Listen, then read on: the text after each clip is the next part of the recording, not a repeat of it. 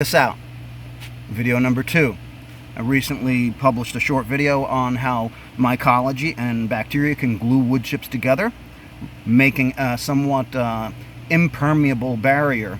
Well, impermeable from the standpoint of erosion. This right here is the particular species of fungi that glued all of this stuff together. And you know what was really cool is you look at this, there's aggregate in there. There's roots and there's aggregate. If I put it down, and I kind of get down there a little bit and show you, they actually draw everything together and then they bind it.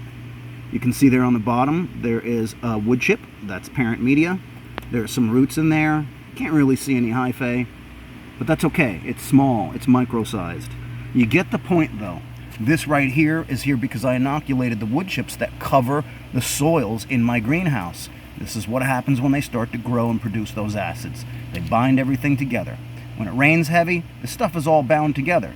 Okay? Works the same way outside. It's all bound together by mycology. You don't have to put the mycology down, but if you don't, you won't get the function from it.